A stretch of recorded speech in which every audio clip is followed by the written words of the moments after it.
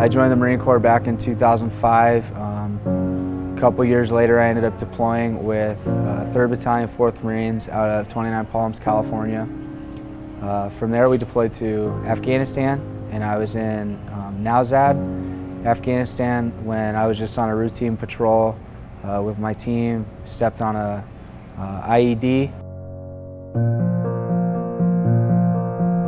I was injured by a roadside bomb, sustained injuries to both my legs. I was in a vehicle, running a vehicle checkpoint, and on the way returning to the base, we rode over one of these roadside bombs, and that's how I sustained injuries to both my legs, resulting in an amputation of my left leg above the knee. I did not know anything about prosthetic legs or anything like that. But very fortunate that there's a lot of nonprofit organizations like Operation Comfort dealing with a lot of wounded troops and injured veterans out here in San Antonio. And one of their program is sled hockey.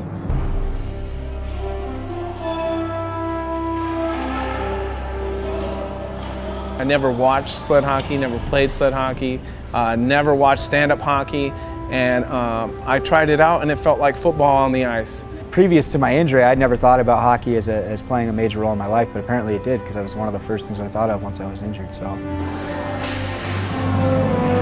I found out about it through the Center for the Intrepid, through a couple of my buddies. Rico Roman was one of them. He remembered telling me, hey, you need to come out and try this. And he had heard that I had played hockey before. So I was like, well, yeah, okay, I'll come out, And at that moment, I had pretty much decided I was going to play no matter how hard it was, because it was hockey and it was just a passion of mine. And next thing you know, it was all ice, full pads, full contact.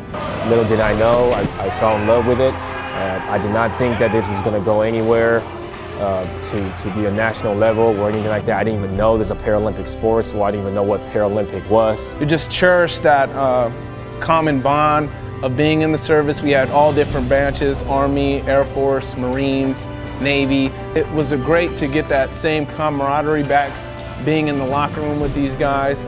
It also showed I have children, it showed my children that, even though I'm missing a leg, I'm still can, be active and still be positive throughout the day, being able to focus on something I can do like sled hockey and not focusing on the things that I can't do. This was definitely a stepping stone to get me involved into other adaptive sports, and I'm really fortunate to be able to do it.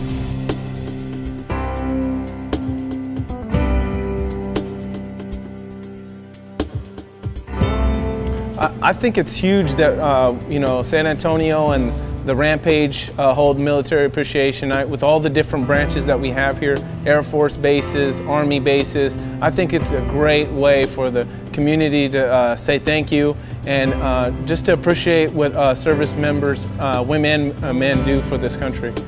As somebody that's been injured in war, people come up to me and say thank you. Some just look at me, and I understand that it's like a mutual, they're thanking me for what I've done, and it feels good to know that